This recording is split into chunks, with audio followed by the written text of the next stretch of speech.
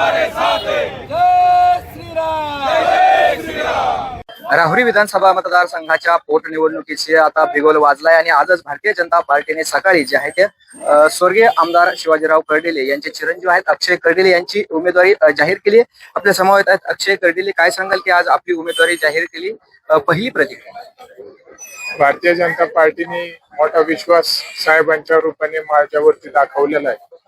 येणाऱ्या काळामध्ये निश्चित या विश्वासाला कुठल्या प्रकारे तडा न जाता साहेब ज्या पद्धतीने काम करत होते, मी पूर्ण प्रयत्न करणार आहे की साहेबांना या सगळ्या गोष्टी करण्यामध्ये, सुखदुःखामध्ये सहभागी होण्यामध्ये, गोरगरिबांचे कामं, शेतकऱ्यांचे प्रश्न मार्गी लावण्यामध्ये आनंद होता.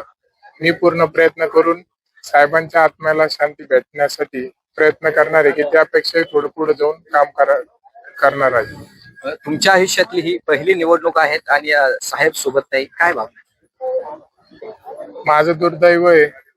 मला आज खरं म्हणजे ही भरपूर मोठी संधी भारतीय जनता पार्टीने साहेबांच्या रूपाने दिली.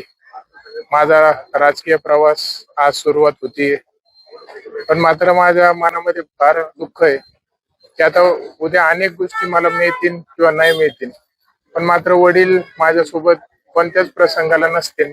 त्यांचा आशीर्वाद माझ्या सोबत आहे, पण मला कायम मनामध्ये उद्या मी कुठेही पोहोचू, पण मात्र कायम त्यांची आठवण आणि कायम माझ्या मनामध्ये हे दुःख राहील की सुरुवात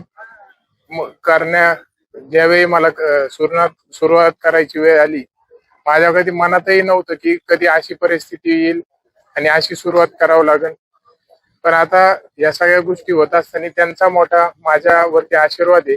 त्यांच्याच आशीर्वादाने मी एक एक पाऊल पुढे चाललोय.